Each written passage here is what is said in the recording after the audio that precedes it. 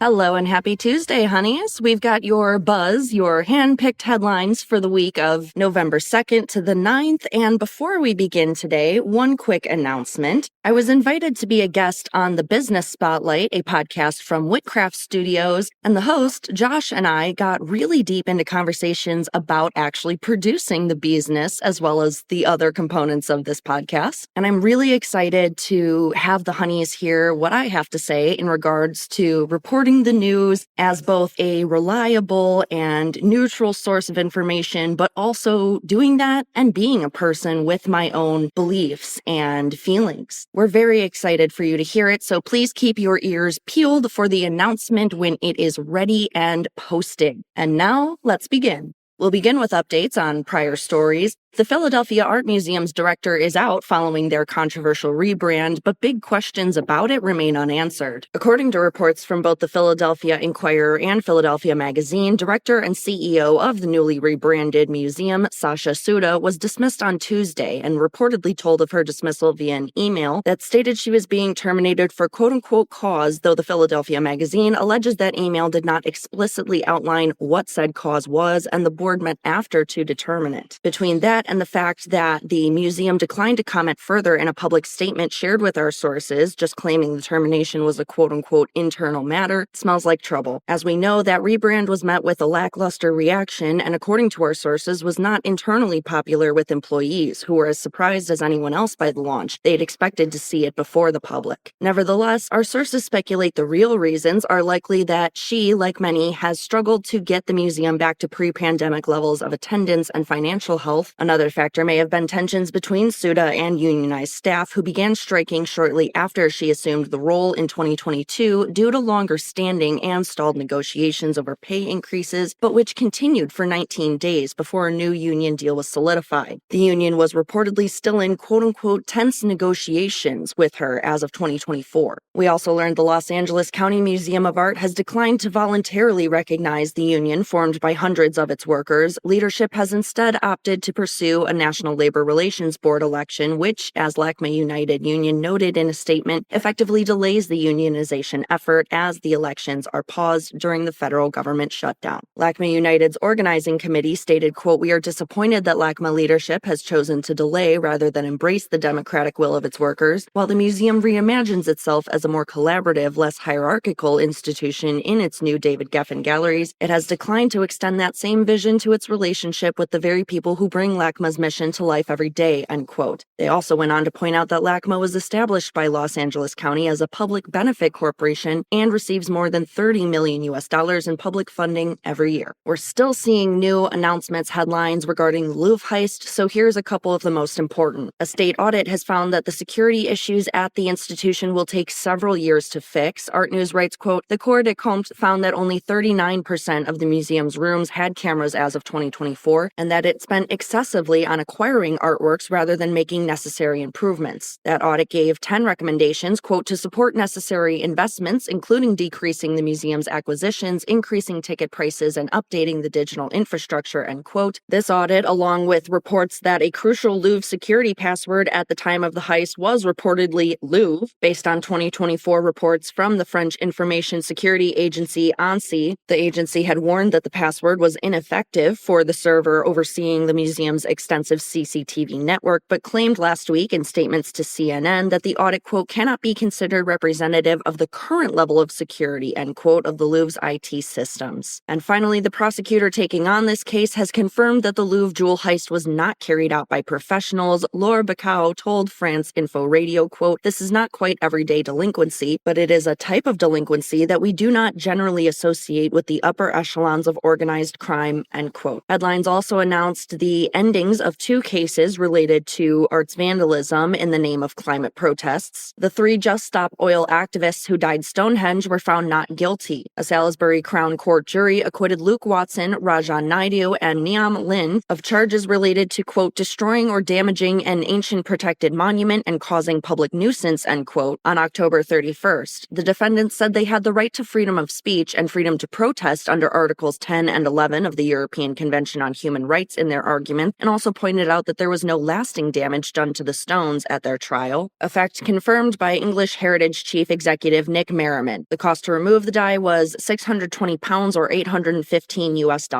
What stood out to us was something Judge Paul Dugdale said in his summation, quote, "This was an important decision for the issues about the right to protest, the right to freedom of speech compared to the right of a World Heritage Site to sit unmolested by members of the public. It's a difficult one to gauge," end quote. Meanwhile, in the U.S., a climate activist who targeted a Degas sculpture was sentenced to 18 months. Timothy Martin, who smeared paint on a glass vitrine protecting an Edgar Degas sculpture in 2023 as part of a protest with the environmentalist group Declare Emergency, was found guilty of conspiracy and injury to government property in April, and last week was sentenced to that time in prison. Although Judge Amy Berman Jackson for the U.S. District Court of D.C. will honor the time he's already served since he was found guilty, she also ordered that Martin pay just over $4,000 in restitution plus an additional $200 for a special assessment, presumably of the artwork. He will serve an additional 150 hours of community service, with 20 of them focused on graffiti cleanup. We couldn't help but notice the stark difference between those two results in these legal cases, especially as the reaction from California-based nonprofit Climate Rights International was, quote, "The sentencing of climate activist Timothy Martin to 18 months in prison for a peaceful protest at the National Gallery of Art is a grossly disproportionate sentence that undermines the United States' obligation to protect freedom of speech and the right to peaceful assembly," end quote. And in a new headline, a teen tourist faces charges after dousing a Met Museum masterpiece. Authorities allege that the 19-year-old Joshua Varin vandalized centuries-old artworks and tore tapestries at the museum in New York in the afternoon of November 3rd. He threw water onto a 19th century oil painting by French portraitist Jean-Auguste Dominique Ingres, as well as a 16th century Italian altarpiece, and began ripping up tapestries before being taken into custody by police, having been turned in by his own mother. Varin did not provide any motive for these actions, though our sources report he appeared to be under the influence of unknown substances. He was taken to the hospital before his arraignment on criminal charges. The Met has stated that the damage was minor and the repairs are expected to cost around $1,000 US.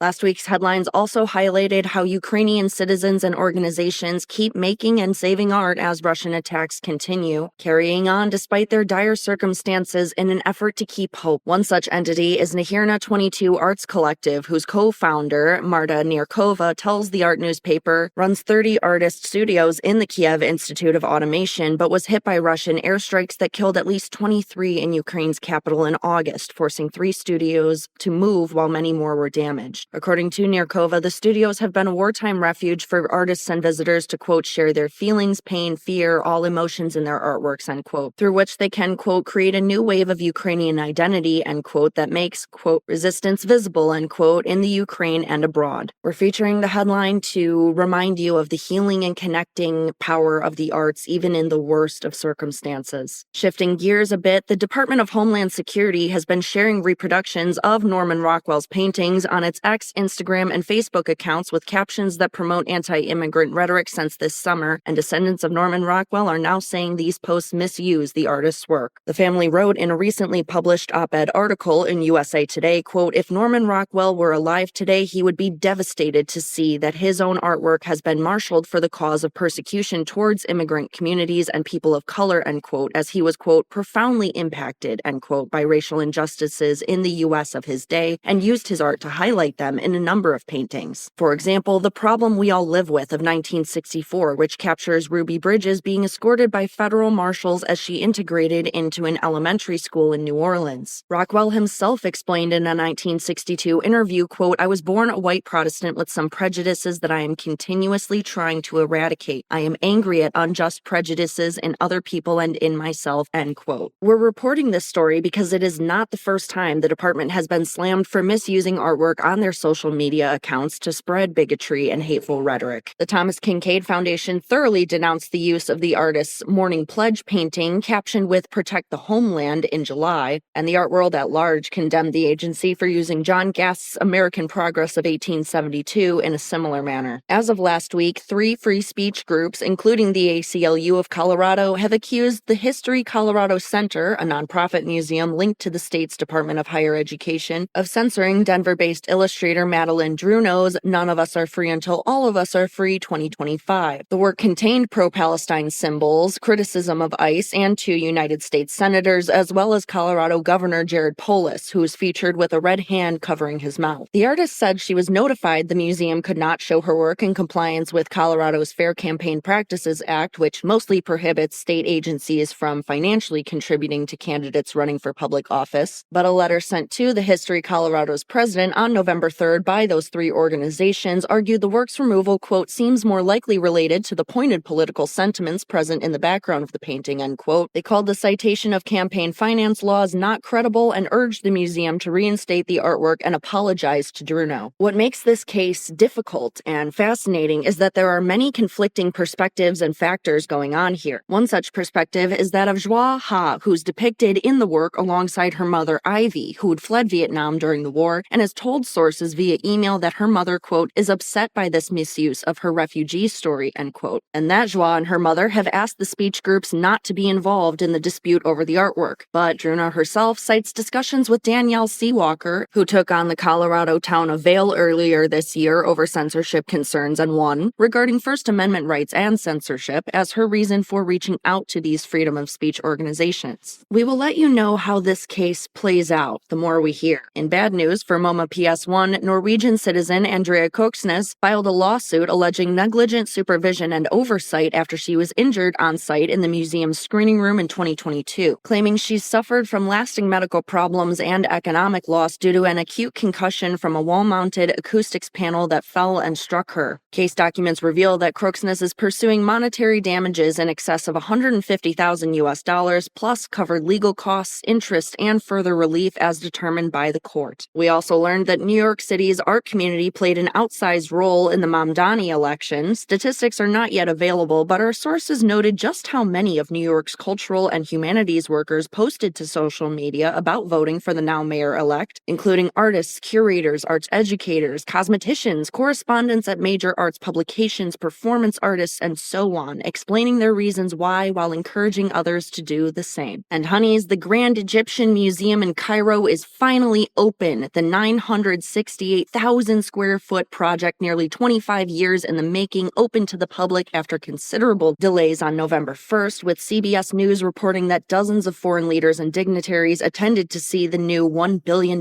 facility. The most highly anticipated space in the new museum houses all 5,600 burial objects from King Tutankhamun's tomb, more than half of which have never been exhibited before. And perhaps to mark the occasion, to celebrate it, the Dutch Prime Minister announced Sunday that the Netherlands will return a 3,500-year-old pharaonic bust depicting a high-ranking official from the reign of Pharaoh Thutmose III, who lived 1479 to 1425 BCE, to Egypt shortly after attending the opening ceremonies. The work had been spotted for sale at an art fair in 2022 and later seized by Dutch authorities, who received an anonymous tip that it had been stolen from Egypt. All in all, celebration-worthy events. Following the ever-growing trend, Detroit Institute of Arts workers have moved to unionize. Intending to organize under the auspices of AFSCME Cultural Workers United Michigan, they seek what the campaign has described as, quote, fairer compensation, valued input, clearer pathways for progression, and increased transparency, end quote, according to Art Forum. Said a Detroit Institute of Arts spokesperson in a statement published by the Detroit Metro Times, quote, for decades we have had valued relationships with the 2 unions representing some of our colleagues, and those relationships have been built on mutual respect. We fully respect our employees' legal rights to organize and to choose whether they wish to be represented by a union, end quote. A markedly different response from that of LACMA, I'm just saying. And turning our attention towards announcements, discoveries, and sales, we got wind that Sotheby's Paris earned $21.5 million from the 3-part sale of late real estate mogul Manny Davidson's collections. The auction featured almost 500 lots, including rediscovered old masters, 19th century British paintings, 18th century gold enamel, an automaton clock by celebrated inventor James Cox, and more. The why we care here is that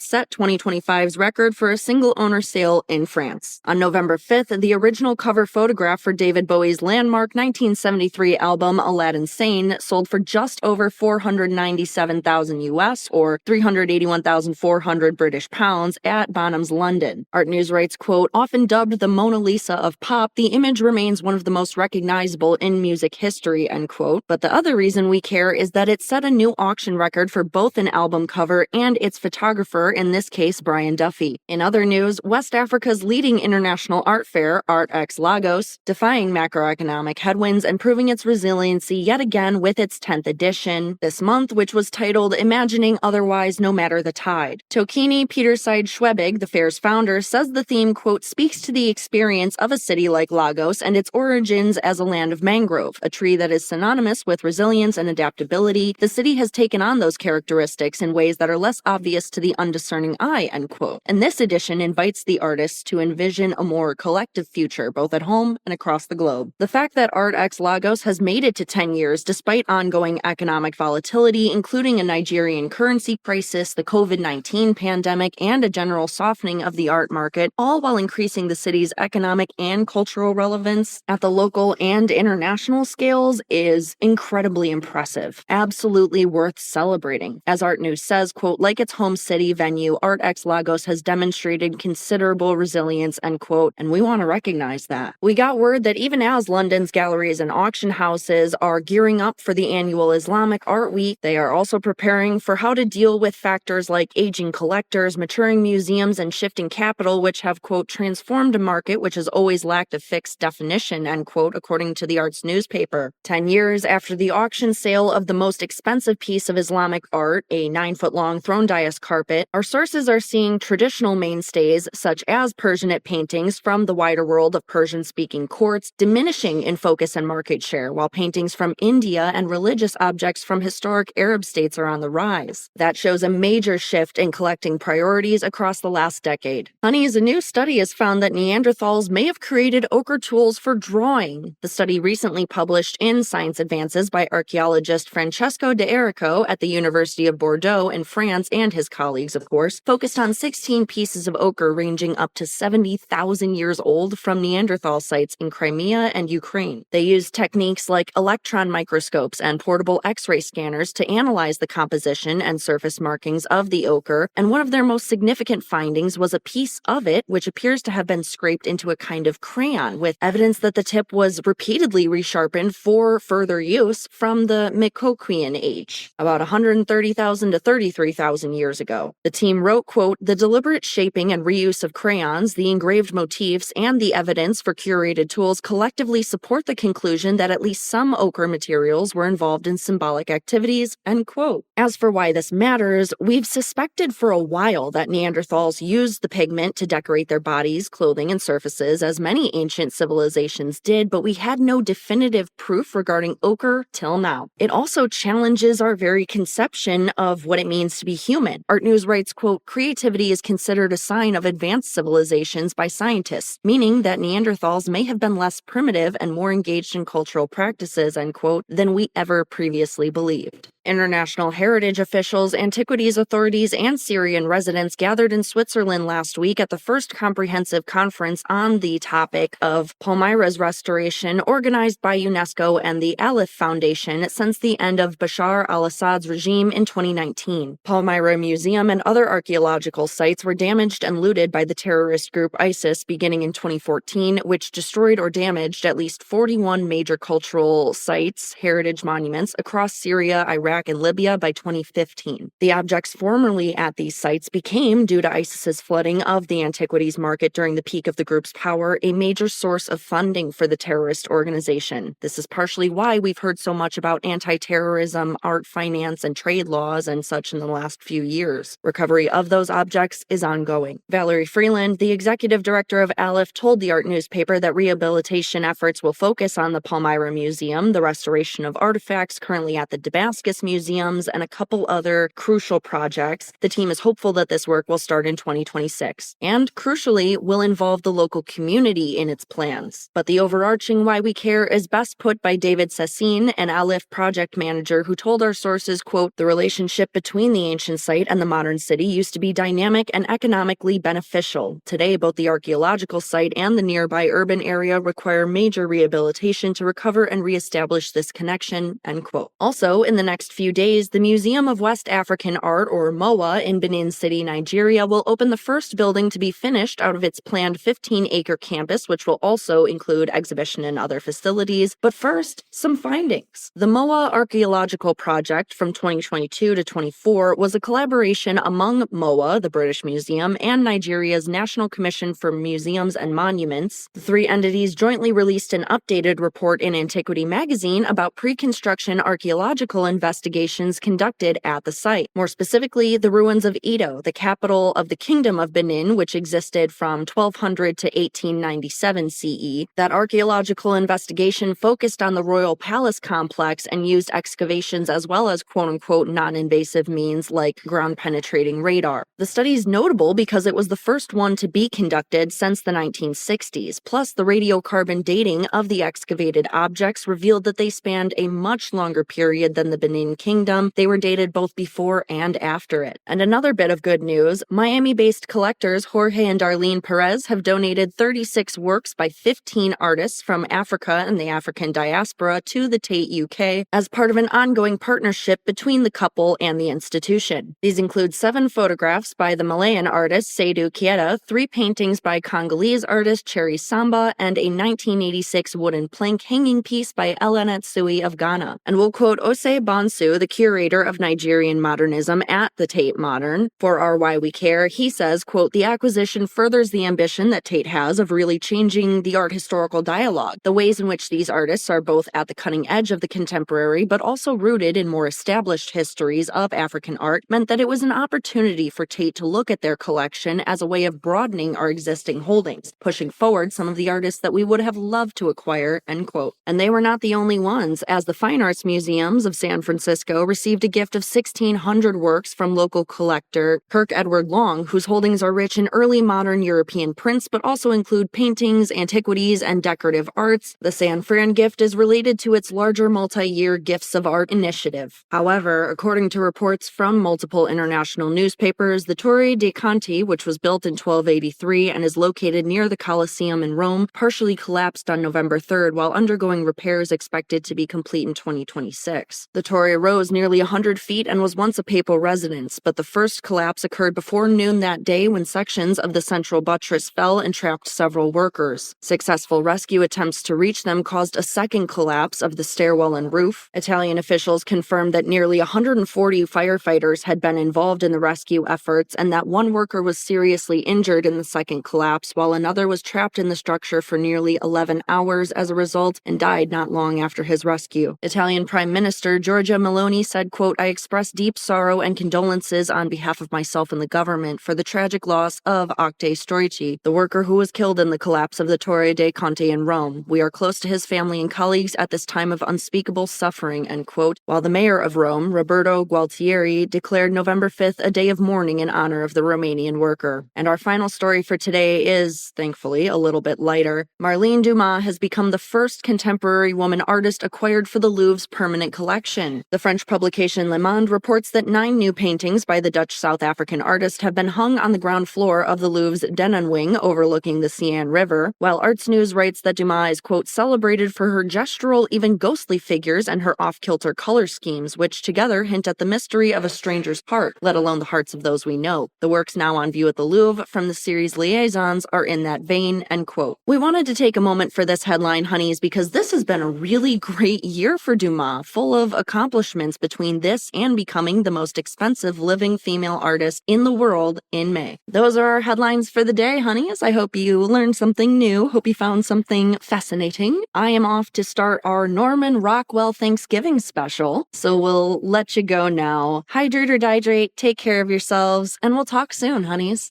This podcast is produced, created, hosted, formerly edited, and fact-checked by master's degree holder Celia Bugno. Chris Meinhold is responsible for our editing, mixing, and our intro and outro music. Special thanks to him for that. And as always, remember to like, subscribe, share, comment, so on all your favorite listening as well as social media channels.